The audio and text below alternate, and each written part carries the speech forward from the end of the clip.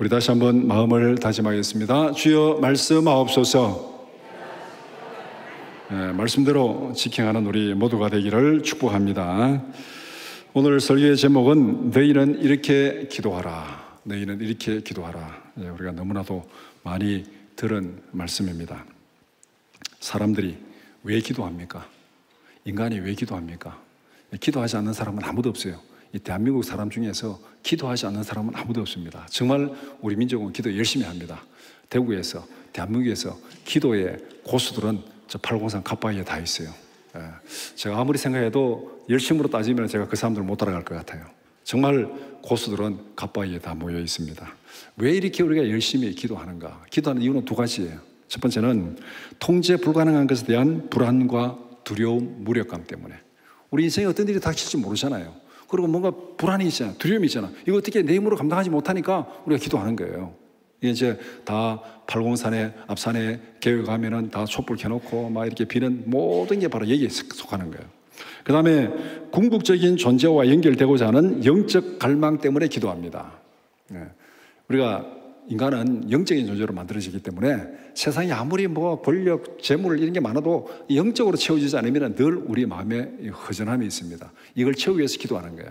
그래서 산에 가서 바위 밑에 촛불 써놓고 기도하는 사람들은 첫 번째 이게 뭔가 불안하고 두려우니까 뭐 복받기 위해서 기도하는 거고, 그 다음에 저 산에 가서 막 30년, 40년 돛 닦는 사람들은 두 번째 영적 갈망 때문에 기도하는 거예요. 어쨌든 우리는 이 두 가지 이유 때문에 불안과 두려움 때문에 기도하고 또 영적 갈망 때문에 기도합니다. 그러면 사람들은 누구에게 기도합니까? 이게 중요하잖아요. 다 기도하는데 누구에게 기도하느냐? 이 종교를 가진 사람들은 각자 자기가 믿는 그 종교가 믿는 대상들이 있잖아요.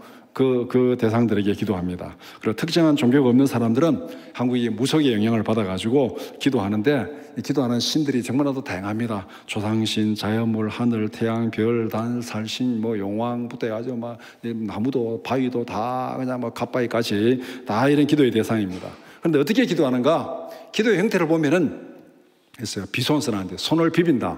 이게 우리의 가장 전통적인 기도 모습입니다. 여러분 중에서도 그렇게 기도하신 분 있는지 모르겠는데 저는 어릴 때 많이 봤습니다. 우리 할머니, 동네 아주머니들, 동네 할머니들 비나이다, 비나이다, 천지신명께 비나이다 다 보셨죠? 손을 비비면서 기도하는 거예요. 그래서 손을 비비며 기도하는데 그냥 손을 비비며 기도하는 게 아니고 그게 꼭 냉수를 한 그릇 떠가지고 나무 밑에 갖다 놓고 비나이다, 비나이다 손을 비비고, 아니면 냉수를 떠가지고 그 뒤뜰 처마 밑에 가가지고 또 비나이다, 비나이다 뭐 나무 밑에, 바위 밑에, 그래서 다 이게 비나이다, 비나이다가 우리 전통적으로 기도하는 제일 첫 번째 기도하는 모습입니다. 그 다음에 두 번째는 이제 치성하는 건데, 이게 신에게 제사 드리는 거, 동네 동제 지내고 뭐 고사 지내고 이게 다 제사가 이 기도예요, 기도. 그러니까 개인을 넘어서 동네 전체가, 공동체가 이렇게 이제 제사 지내는 거 다 이게 기도입니다, 이게. 그래서 우리가 무슨 뭐 요새도 그렇잖아요. 뭐 회사를 이제 시작하기 전에, 개업 시작하기 전에, 뭐 건축하기 전에 다 돼지다리 놓고 고사 진행이 뭡니까? 이게 자 안전하게 잘 뭐 해달라고, 이 회사가 발전해 달라고, 다 기도가 이 고사입니다. 이게 치성. 그러니까 공동체가 모여서 제사 드리는 거. 그러니까 이 한국의 이 제사는 다 기도입니다. 기도 형태입니다. 조상에게 제사 지내는 것도 일종의 다 기도 형태입니다. 그 다음에 이게 이제 어떤 특정한 목적을 가지고 이제 또 기도하는 게 이제 굿입니다. 굿. 그러니까 요사이는 기도 굿 못하죠, 집에서. 좀 아파트인데 막 그냥 거기서 징치고 북치면은 막 난리가 나가지고 굿하다 막 그냥 다 경찰서 잡혀가야 되는 그런 상황이죠. 그러니까 사람들이 요새는 어디 가서 구설을 하냐면은, 여러분 혹시 보셨는지 모르겠는데, 저 간포 바다에 가면은 거기에 이제 대왕암이라는 바위가 있잖아요. 대왕암 바위는 그 해변에 쭈르륵 늘어선 게 뭐냐면 굿땅입니다. 혹시 보셨어요? 관심 있게 보시면 다 보입니다, 그게. 그러니까 횟집이 아니고 거기에 간포 대왕암 앞에 바닷가에 있는 그 집들은 다 굿땅입니다. 거기 가서 이제 구설하는 거예요. 이게 이제 우리가 전통적으로 기도하는 그 모습들, 비나이다, 비나이다 다 해보셨을 거고, 나도 다 봤습니다. 이럴 때 이렇게 기도하는데, 중요한 것은 이 기도를 열심히 하는 것이 중요한 것이 아니고 기도를 제대로 해야 돼요. 제대로 하는 거.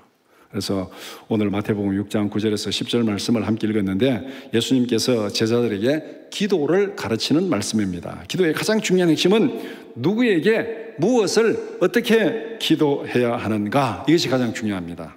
오늘 말씀은 기도의 가장 중요한 기초를 말씀하고 있습니다. 예수님은 제자들에게 이렇게 기도하라. 너희는 이렇게 기도하라. 이렇게 말씀해요. 너희는 이렇게 기도하라. 예수님이 가르쳤으니까 우리는 예수님이 가르쳐 주신 대로 기도하면 됩니다. 다른 거 없어요. 예수님이 가르쳐 주신 대로. 우리가 부모들이 한 대로 본받는 것도 아니고 사람들이 말하는 것도 아니고 예수님이 가르쳐 주신 대로 기도하면 됩니다. 그래서 본문의 내용을 세 가지 주제로 나누어서 함께 살펴보고자 합니다. 첫 번째는 기도의 대상입니다.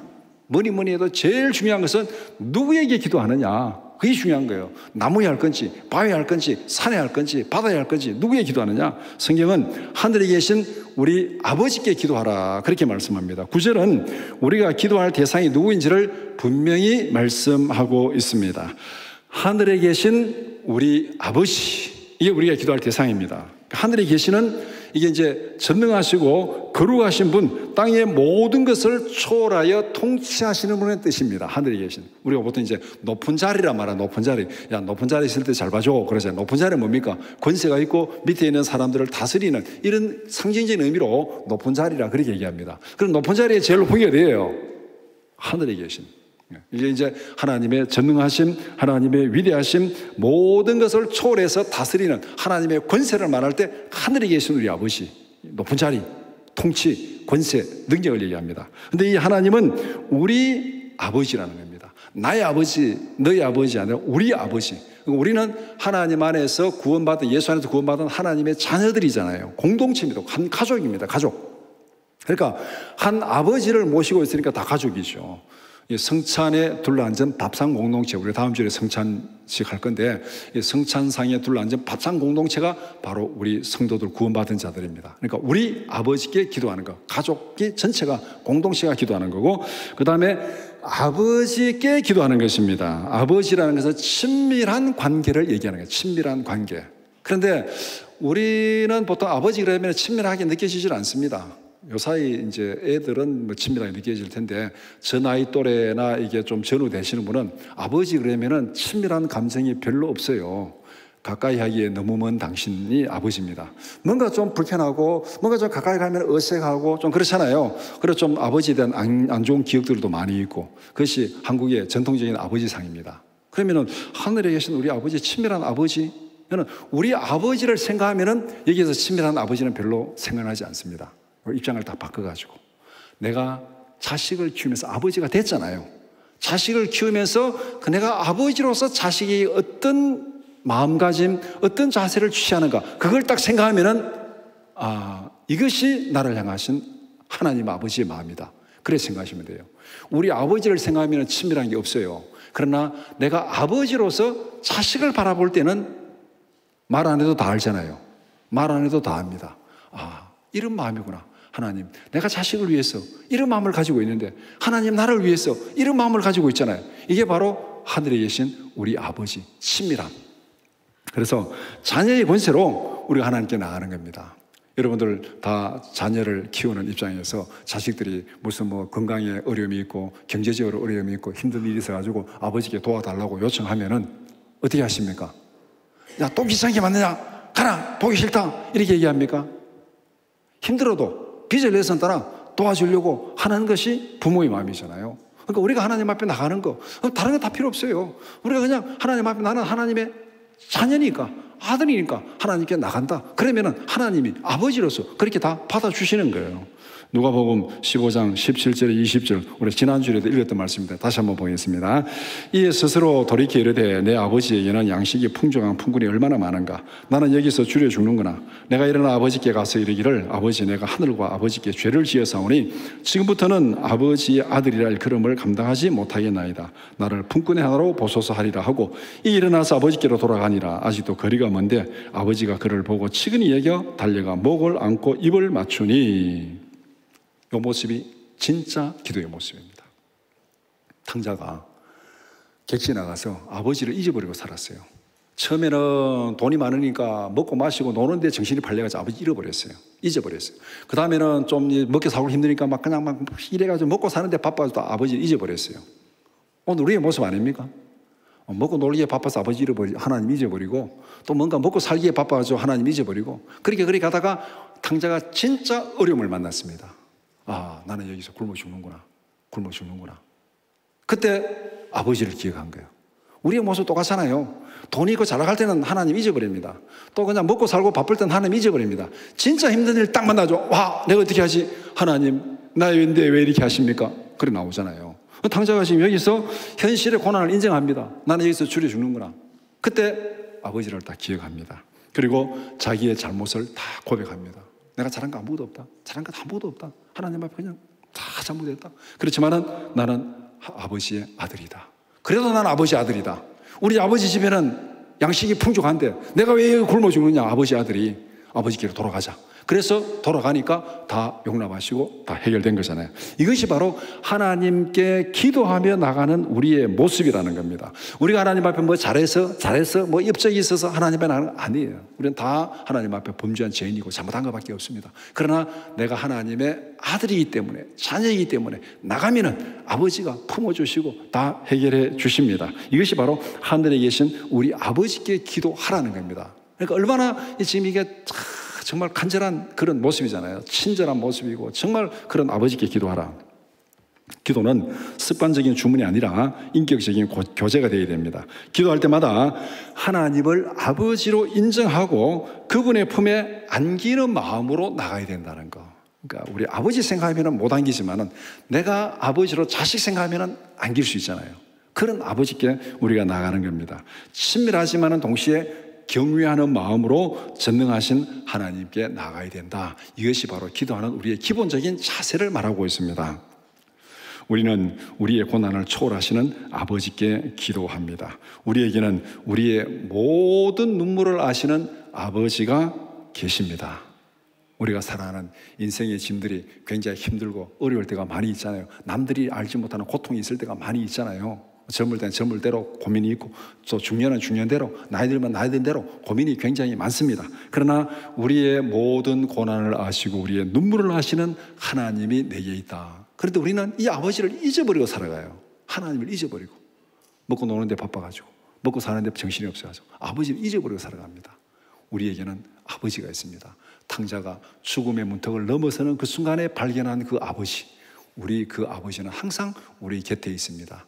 나를 아시고 나의 고난을 아시고 다른 사람들이 몰라줘도 그 고난을 아시는 아버지가 내게 있다. 그럼 우리는 항상 누구에게?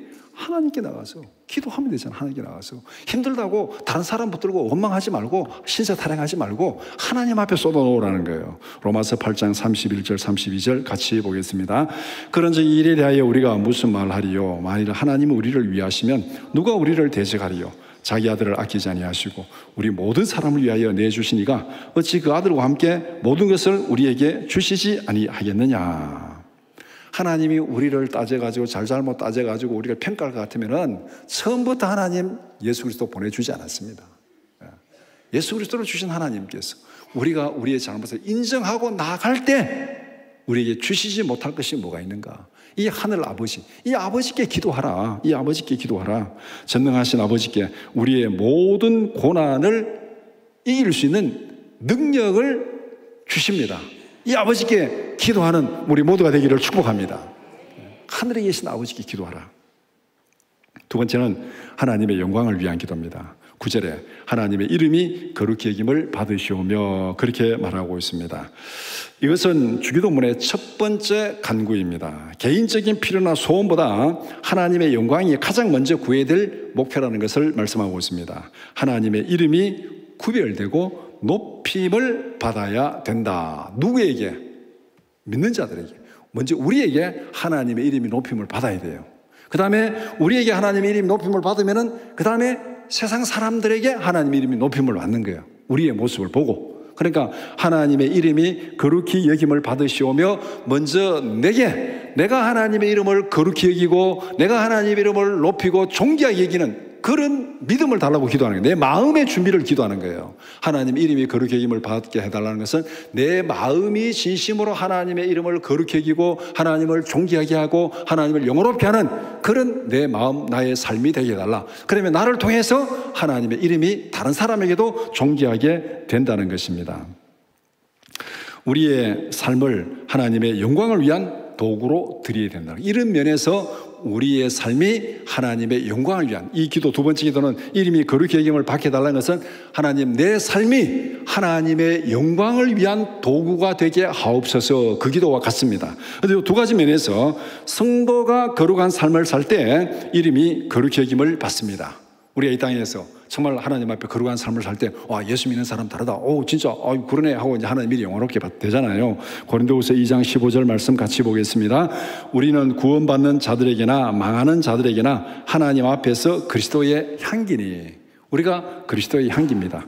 우리가 잘해야 하나님의 이름이 영원롭게 되고 거룩히 받고 또 세상 사람들에게 하나님의 영광이 드러나잖아요. 그럼 우리가 하나님의 영광의 도구로 쓰임받는 거예요. 여기까지만 하면은 우리는 이 세상에서 엄청난 부담을 하고 살아갑니다. 너는 잘해야 돼, 너는 잘해야 돼, 너는 잘해야 돼. 부모가 계속 이 말만 하면은 자식이 나중에는, 처음에는 잘해야 돼 생각하다도 나중에는 막 이게 막 부담이 돼가지고 스트레스 받고, 와, 정말 죽을 지경이 되는 거죠. 우리가 여기까지만 생각하면 그렇게 됩니다. 우리가 하나님 영광의 도구로 되는데, 우리가 잘해야 하나님 영광 받는다 그러면 우리는 정말 이 땅에서 스트레스 받으면서 살아갈 수밖에 없어요. 그런데 하나님은 그것만 말하지 않았습니다. 언약 백성들의 구원을 통해서 하나님의 영광을 드러낸다, 그렇게 말씀하고 있습니다. 그래서 다른 말로 말하면 우리가 이 땅에서 힘들고 어렵고 고통스럽게 살아갈지라도 하나님이 우리를 구원하고 우리를 영광스럽게 높임으로 인해 가지고 하나님의 영광이 드러나게 만든다는 거예요. 우리를 영광스럽게 높임으로 인해 가지고 하나님의 영광이 드러나. 야, 저 사람 별거 아닌 것 같은데, 하나님이 구원하고 하나님이 세우니까, 와, 대단하네. 와, 하나님 대단하신 분이네.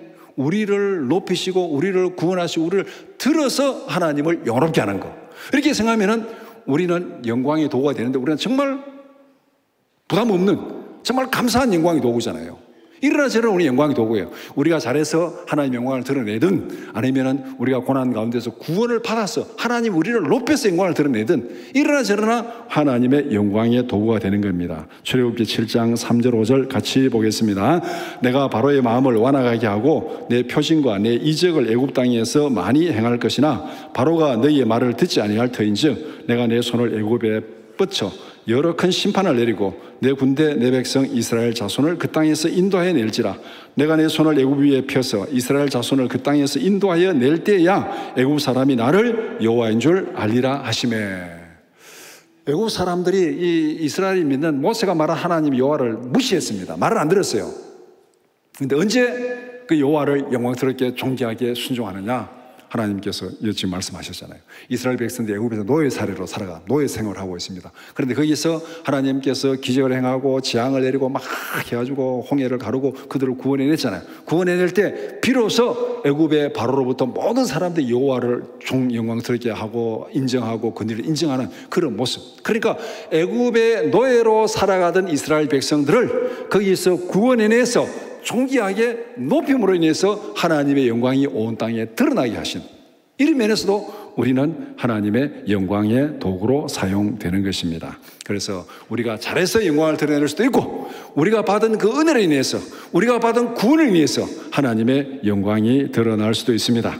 그렇기 때문에 고난 가운데서도 원망과 불평보다는 하나님께 감사하며 찬양하는 우리 모두가 되기를 축복합니다. 왜냐하면 나의 고난 가운데서도 그것에서 구원하시고 구출하시고 높임으로써 하나님의 영광이 드러나니까, 내가 지금 고난 가운데 있습니까? 힘든 가운데 있습니까? 이 일을 통해서 하나님께서 영광을 이루실 줄 믿습니다.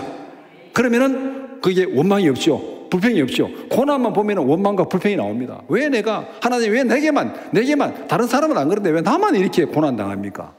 이런 불평이 나올 수 있어요. 그러나 그 고난 가운데서도 합력하여 선을 이루시는 영광을 바라보면은 우리는 감사하며 찬양할 수 있습니다. 하나님은 우리의 고난도 영광의 도구로 사용하시는 전능하신 하나님이십니다. 이 모습을 가장 잘 보여주는 사건이 구약의 요셉의 사건, 창세의 요셉의 사건입니다. 요셉이 어릴 때부터 하나님을 경외하고 믿음으로 살았습니다. 형들에게 왕따를 당했습니다. 그래가지고 형들의 배신을 당하고 죽음의 자리에 던져졌잖아요. 그 다음에 애굽의 노예로 팔렸잖아요. 보디발의 집에 가서 열심히 했잖아요. 근데 거기서 또 배신당했잖아요. 그리고 또 누명을 덮어서 감옥에 들어갔잖아요. 감옥에서 열심히 했습니다. 근데 또 술 맡은 거 하느냐 또 배신당했습니다. 그래서 요셉의 고난의 인생이 13년 동안 계속 배신과 배신의 연속입니다. 우리가 잘못해서 고난당하면은 그래도 어떤 면에서는 견딜만 합니다. 내가 잘못했으니까. 그냥 견디자 하고 받아들이는데 내가 잘해서 고난당합니다. 이거는 견디기가 정말 힘듭니다. 육체적인 고통뿐만 아니라 마음의 고통이 너무 커요. 이거는 내가 잘했는데 계속 배신당하면서 고통당합니다. 이보다 더 큰 고통이 어디 있습니까? 한두 번도 아니고 계속 배신의 연속입니다. 우리가 살아가면서 교회를 하면서도 그렇잖아요. 내가 뭐 하나 잘못했는데 잘했는데 사람들이 잘못하고 나를 막 원망하고 평가하고 파면은 에이씨 더러워서 다 날란다. 딱 한 번, 세 번까지 갈 것 없어. 두 번만 그래 배신당하면은요, 여러분이나 저나 다 그냥 밑바닥 다 드러나잖아요. 그게 우리의 모습이에요. 그게 우리의 모습입니다. 근데 요셉은 계속 거기서 배신과 배신의 연속입니다. 그런데 결과는 어떻게 됐습니까? 하나님께서 그 고난을 통해서 요셉을 들으시고 구원하시니까 애굽 땅에 온 땅에 하나님의 영광이 드러나는 영광의 도구로 사용하셨습니다. 이 사실을 믿으십니까? 그럼 우리는 고난 가운데 원망할 필요 없어요. 불평할 필요 없어요. 누가 나를 잘못 알고 정죄하고 비난하고 불평할 필요 없습니다. 하나님, 이 고난을 통해서도 하나님의 영광이 드러나게 하옵소서. 그렇게 기도하기를 축복합니다. 원망하지 말고 불평하지 말고 남 탓하지 말고 하나님, 이 고난을 통해서 하나님 영광 드러나게 하옵소서. 이 기도만 하면은 하나님께서 해결하실 줄 믿습니다. 자신의 영광을 위해서 우리를 구원의 길로 인도하시는 분이 하나님이십니다.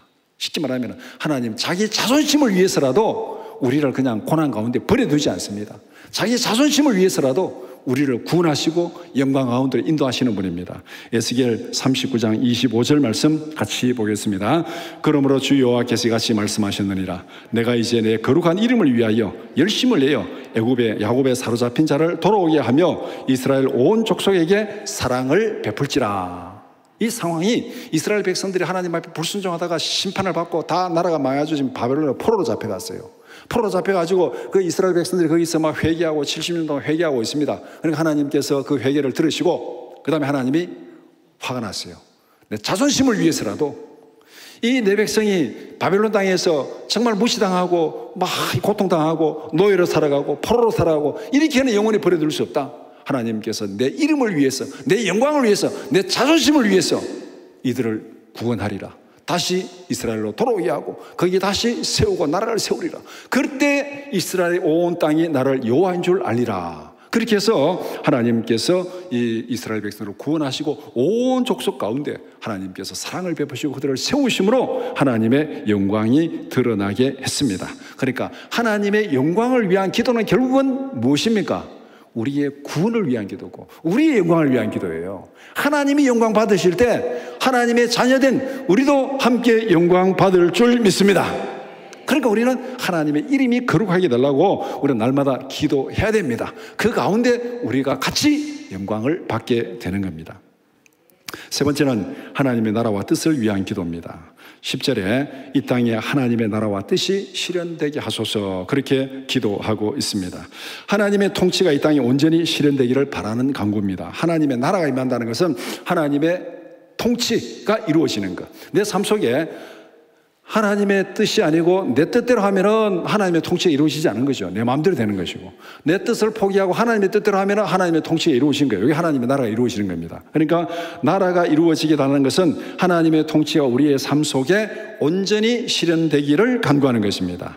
뜻이 하늘에서 이루어진 것처럼 땅에서도 이루어지이다. 세상에서도 하나님의 뜻이 온전히 이루어지기를 간구하는 것, 이것이 지금 두 번째 하나님의 나라와 뜻을 위한 간구입니다. 우리는 하나님의 뜻을 이루는 대리자로 살아가고 있습니다. 앞에서 뭐라 그랬습니까? 우리는 영광을 이루는 통로로, 하나님의 영광을 이루는 통로, 우리가 잘해서 영광이 드러나든지 아니면 우리가 고난 가운데서 구원받고 존귀하게 되어서 하나님의 영광이 드러나든지, 이러나 저러나 우리는 하나님의 영광의 도구입니다. 마찬가지로 하나님의 나라와 뜻을 위한 기도에는 이러나 저러나 우리는 하나님의 뜻을 이루는 대리자로 살아갑니다. 고난 가운데서도 하나님의 뜻을 깨닫고 그 뜻에 순종하라, 그러면은 하나님의 뜻이 이루어질 것이다. 이것이 성경이 우리에게 말씀하는 내용이에요. 사도행전 16장 6절에서 10절 말씀 같이 보겠습니다.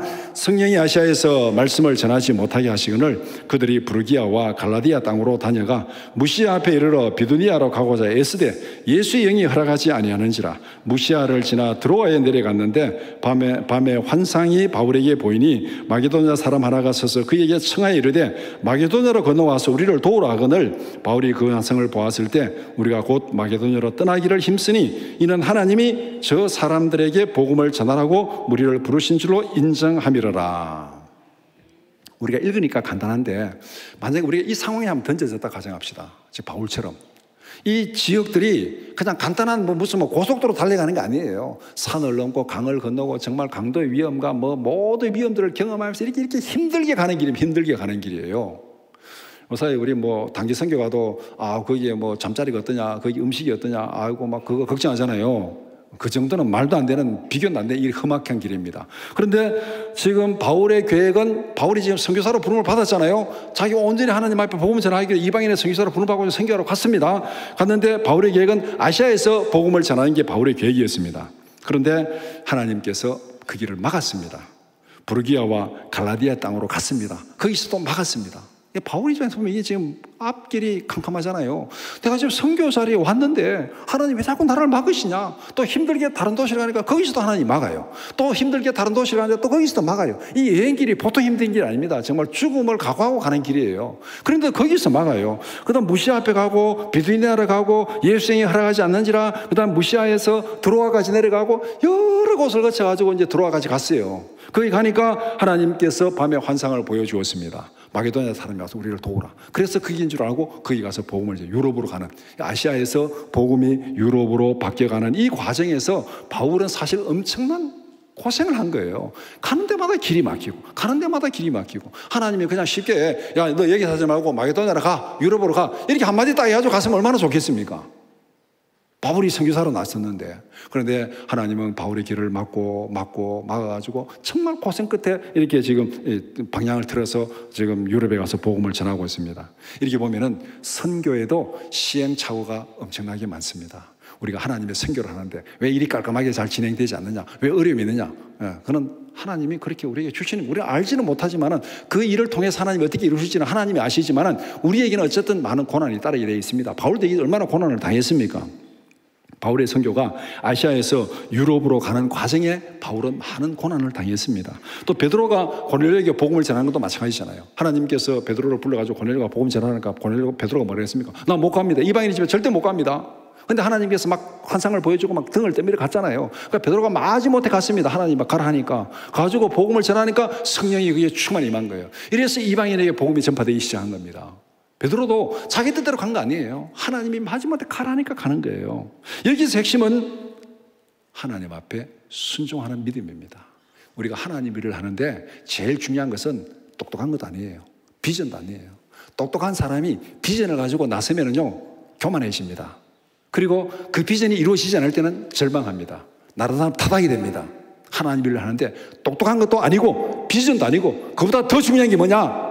하나님이 부르시고 등 떠밀 때 힘들고 귀찮고 어렵지만은 그래도 순종하겠습니다. 그 믿음이 가장 필요한 줄 믿습니다. 바울의 기도 마찬가지였고 베드로의 기도 마찬가지였어요. 똑똑하고 비전 가지고 다 예수님의 제자로 나선 사람이 누구냐? 가룟유다입니다. 가룟유다가 가장 똑똑했고 그때 당시에 어떤 막 독립운동하는 정치인이었어요. 계산이 빨랐어요. 시대의 흐름이 빨랐어요. 똑똑하고 계산이 빠르고, 그러니까 지금 회개를 맡겼잖아요. 그런데 자기의 비전하고 예수님의 비전 안 맞아. 안 맞으니까 어떻게 했습니까? 예수님이 팔아버렸잖아요. 하나님 일을 하는데 가장 중요한 것은 똑똑한 것도 아니고 자기 비전도 아니야.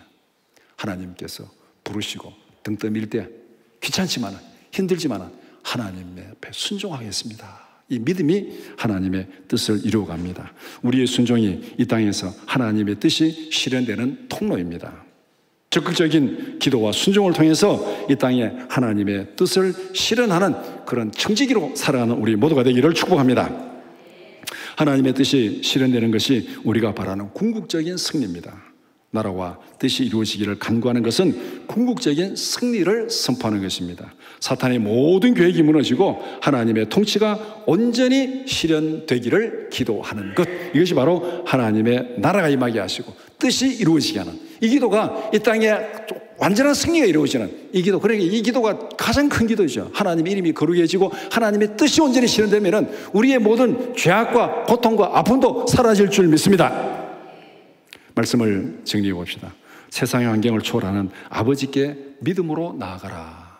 앞에서 말한 대로 하늘에 계신 우리 아버지, 우리의 아픔을 아시고 우리의 눈물을 아시는 아버지가 우리에게 있다는 사실, 먹고 사는데 정신이 없어서, 먹고 마시고 즐기는데 정신이 없어서 하나님 잊어버리지 말고 늘 하나님을 기억하며 나를 사랑하는 전능하신 아버지를 기억하며 절망의 자리를 떨쳐버리고 아버지께로 나가는 우리 모두가 되기를 축복합니다. 이 그림 지난주도 보여줬는데 우리 예배당 들어올 때마다 앞에 그림이 있잖아요. 이 그림 보면서 오늘도 아버지를 기억하면서 아버지께로 나가는 그런 삶을 살기를 축복합니다. 나의 고난이 하나님의 영광을 위한 도구임을 기억합시다.